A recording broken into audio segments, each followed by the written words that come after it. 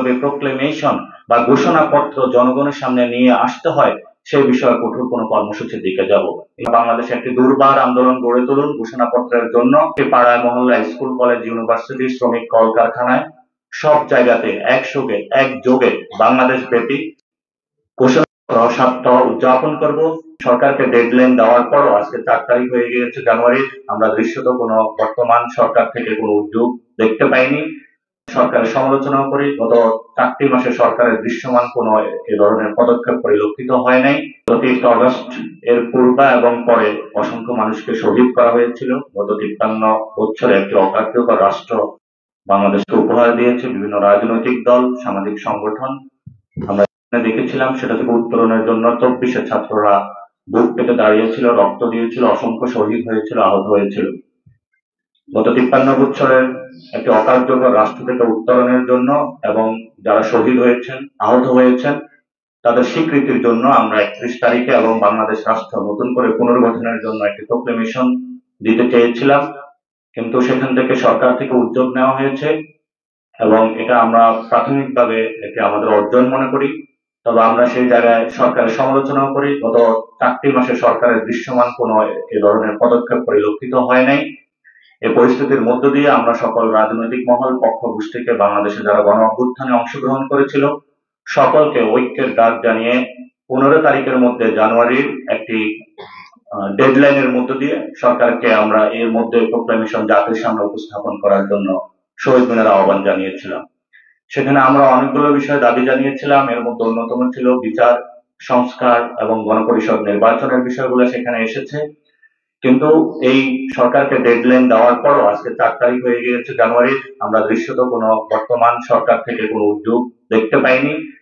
আমরা সেই জায়গা থেকে সরকারকে আহ্বান জানাবো আজকে বা কালকে অতি দ্রুত সময়ের মধ্যেই সরকার জনগণের সামনে কার্যত একটি দৃশ্যমান উদ্যোগ গ্রহণ করুক, রাজনৈতিক দলগুলোকে ডাকুক এবং গণ অভ্যুত্থানের শক্তি যে বৈষম্য বিরোধী ছাত্র আন্দোলন, তাদের থেকে সরকার ড্রাফট আহ্বান করুক। এই বিষয়ে সরকারকে উদ্যোগ নেওয়ার জন্য আমরা এখান থেকে আহ্বান জানাই। দ্বিতীয়ত একটি বিষয় হলো, আমরা যে প্রোক্লেমেশনটা ড্রাফটিং রেডি করেছি সেই প্রোক্লেমেশনটা বাংলার জনপদের প্রত্যেকটা অংশে ছড়িয়ে দেওয়ার জন্য বৈষম্য বিরোধী ছাত্র আন্দোলনের নেতৃত্বে জাতীয় নাগরিক কমিটির উদ্যোগে আমরা প্রত্যেকটি পাড়ায় মহল্লায়, স্কুল, কলেজ, ইউনিভার্সিটি, শ্রমিক কলকারখানায় সব জায়গাতে একযোগে বাংলাদেশ ব্যাপী ঘোষণা সপ্তাহ উদযাপন করব, যেখানে মধ্য দিয়ে আমরা বাংলাদেশের নতুনভাবে একটি পরিকল্পনা উপস্থাপন করব, জনগণের কাছে যাব এবং জনগণকে কানেক্ট করব। সেই বিষয়ে বাংলাদেশের যারা জনগণ রয়েছেন, আপনাদের আমরা সন্তান রয়েছি এবং আপনারা আমাদেরকে দায়িত্ব দিয়েছেন, সেই জায়গা থেকে আমরা কাজ করছি এবং আপনাদের এই মহামানবতার পরিচয় বাংলাদেশের ইতিহাসে লেখা থাকবে। সেই জায়গা থেকে আপনারা প্রত্যেকে পাড়ায় মহল্লায় নিজস্ব উদ্যোগে আমাদের ওয়েবসাইট এবং আমাদের ফেসবুক পেজের মধ্যে আমরা লিঙ্কগুলো দিয়ে দিব। সেই ওয়েবসাইট এবং লিঙ্কগুলো থেকে আপনারা প্রত্যেকে লিফলেটটা হলো নিজস্ব জায়গা থেকে প্রিন্ট করে পাড়ায় মহল্লায় আপনারা বাংলাদেশে একটি দুর্বার আন্দোলন গড়ে তুলুন ঘোষণাপত্রের জন্য, যে ঘোষণাপত্রের মধ্য দিয়ে বাংলাদেশের ভবিষ্যৎ নির্ধারিত হবে।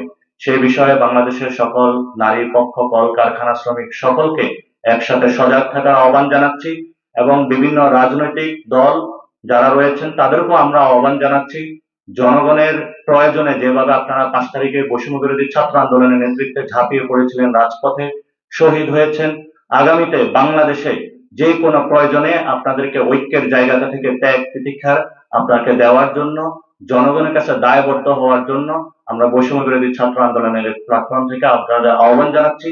কারণ জাতিকে আপনাদের অনেক দেওয়ার আছে, জাতি আপনাদেরকে অনেক দিয়েছে।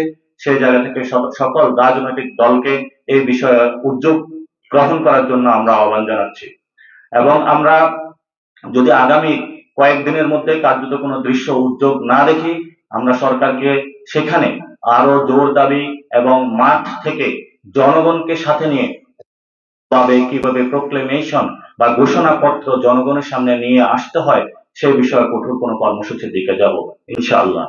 আপনারা যারা দেশবাসী আজকে আমাদের সাথে থেকেছেন, অতীতেও থেকেছেন, ভবিষ্যতেও থাকবেন, আপনাদের এই অর্জনে আমাদেরকে সারথি বানানোর জন্য আপনাদের সকলকে ধন্যবাদ এবং আপনাদের এই জাতির যে কোনো সংকটকালীন মুহূর্তে আপনারা মাঠে থাকবেন, আপনাদের সন্তান